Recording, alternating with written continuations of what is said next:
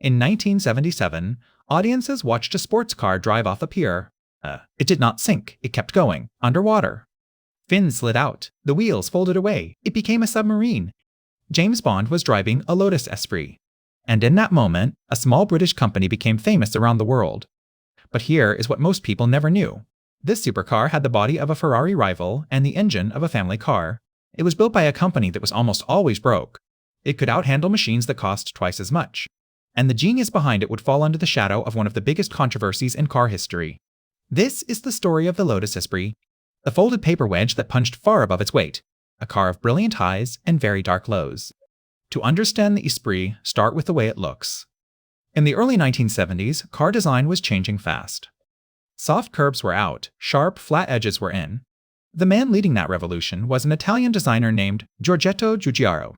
His style had a nickname, the folded paper look. Flat planes and knife-sharp lines, as if the car were folded from a single sheet. Giugiaro was one of the most celebrated car designers of his generation. He drew everyday cars and exotics alike, from the Volkswagen Golf to Italian supercars. And years later, that same pen would shape another famous wedge, the stainless steel DeLorean. But that connection and its trouble was still to come. In 1971, Giugiaro met Colin Chapman, the founder of Lotus. Chapman wanted a successor to his small Lotus Europa. Giugiaro gave him a wedge that looked like nothing else on the road. It first appeared as a silver concept in 1972. It looked less like a car and more like a doorstop from the future. It was low, dramatic, and impossibly clean. When it reached the Paris Motor Show in 1975, the world wanted it. Lotus had a supercar shape, now it had to build it. And building it the Lotus way meant one obsession above all others. Weight. Colin Chapman had a famous rule: simplify, then add lightness. He believed a light car would always beat a heavy one. Less weight meant better handling, better braking, and more speed from less power. And he had proved it on the racetrack. Chapman's Lotus team was a giant in Formula One. His cars introduced ideas that changed racing forever, including using the airflow itself to pin a car to the road. Road cars like the Esprit helped pay for that racing dream. So the Esprit was built around a steel backbone chassis, a strong central spine running down the middle of the car. Over that spine sat a body made not of metal, but of fiberglass. The finished car weighed under 1,000 kilograms. That is far lighter than the Italian exotics it would be compared to. But this obsession with lightness came with a catch. To stay light and affordable, the Esprit could not have a huge, expensive engine. And that single decision would define both its glory and its struggle. Production of the Esprit began in June 1976. The first cars were called the Series 1, or S1. Under the engine cover sat a Lotus engine called the 907. It was a 2-liter, 4-cylinder, 4 cylinders when its rivals had 8 or 12. It produced around 160 horsepower.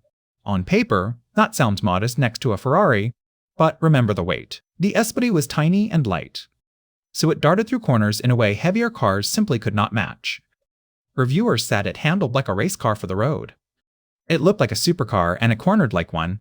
It just did it with a quarter of the cylinders. It was not perfect. These early cars were hand-built in small numbers and they could be temperamental. Owning one meant accepting the odd breakdown as the price of brilliance. But behind the wheel, on the right road, all of that was forgiven. And then came the moment that changed everything. In 1977, the Esprit was cast in a James Bond film. The Spy Who Loved Me. Bond, played by Roger Moore, is chased across the Italian island of Sardinia. A helicopter hunts him down twisting coastal roads. He reaches the edge of a pier and drives straight off into the sea. And the car keeps going. It transforms into a submarine. On set, the crew gave it a nickname, Wet Nelly, and the underwater car was not a trick of editing. A real, working submarine was built from an Esprit body shell. A marine engineering firm in Florida constructed it for about $100,000. It was a wet sub. The driver inside had to wear scuba gear. Several Esprits were used during filming, but only one could truly dive. Some were just empty shells, used to show each stage of the transformation. For audiences, it did not matter how it was done. They saw a sleek British wedge turn into a submarine. Overnight, the Esprit became one of the most famous cars on Earth. Years later, that very submarine car sold at auction for over £500,000. The buyer was Elon Musk. Not bad for a 4-cylinder from a small English factory. But fame brought a problem into focus. The Esprit looked faster than it actually was.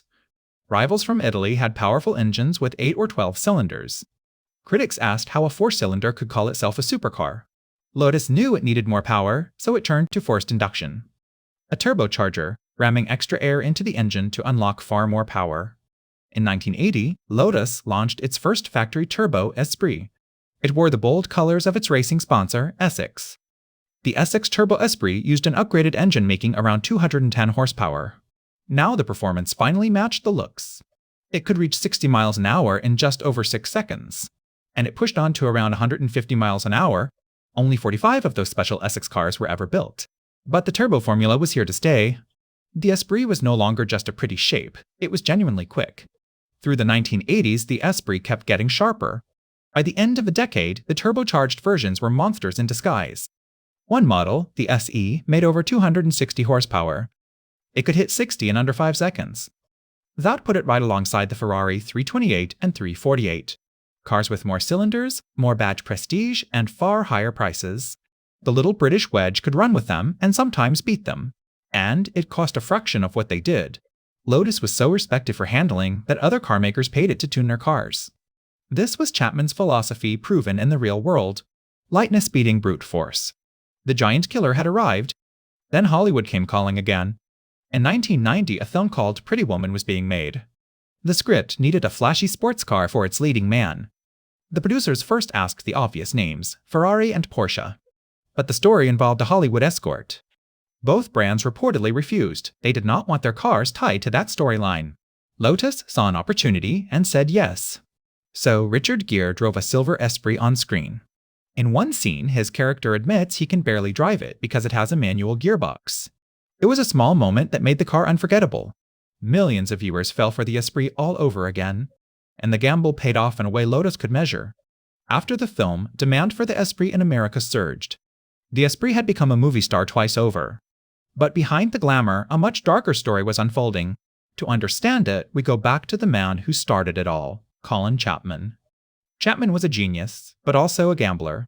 His company was brilliant at building cars and constantly short of money. In the late 1970s, a lifeline appeared from America. His name was John DeLorean. DeLorean was building his own dream sports car in Northern Ireland. The famous stainless steel, gull-winged DMC-12. But DeLorean's car was in trouble, and it needed real engineering to work. So DeLorean hired Lotus and Colin Chapman to fix it. Lotus quietly re-engineered the DeLorean from the ground up. It even gave the DeLorean a steel backbone chassis, the same basic idea as the Esprit. Much of what made the DMC-12 actually drivable came from Lotus. But the money behind the deal was where the trouble began. Payments were routed through a mysterious company based in Geneva called GPD. Around $17 million flowed into that company. And when investigators later went looking for it, the money had disappeared. It had not gone to build cars.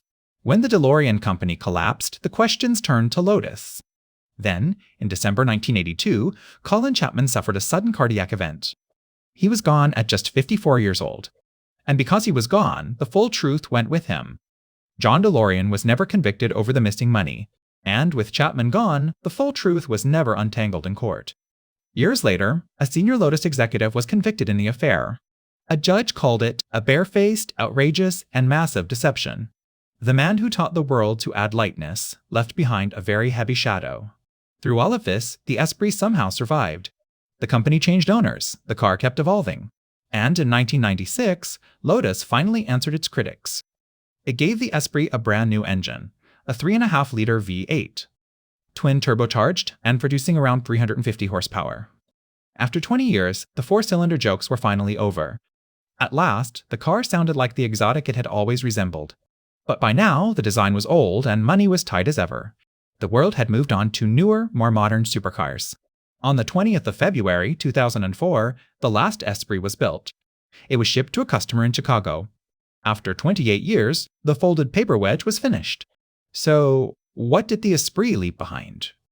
It proved that a small company could take on the giants of Italy. That clever engineering could beat raw power and a fancy badge. It gave the world one of the most iconic movie cars ever made. And it carried, quietly, the weight of a controversy it never asked for. Today, the Esprit is loved for exactly what it was. An underdog, a wedge of glass fiber and ambition. Clean original cars are climbing in value as collectors finally appreciate it. 50 years on, it still looks like the future. A 4-cylinder that could run with Ferrari. That turned into a Submarine. and refused for nearly 3 decades to ever give up.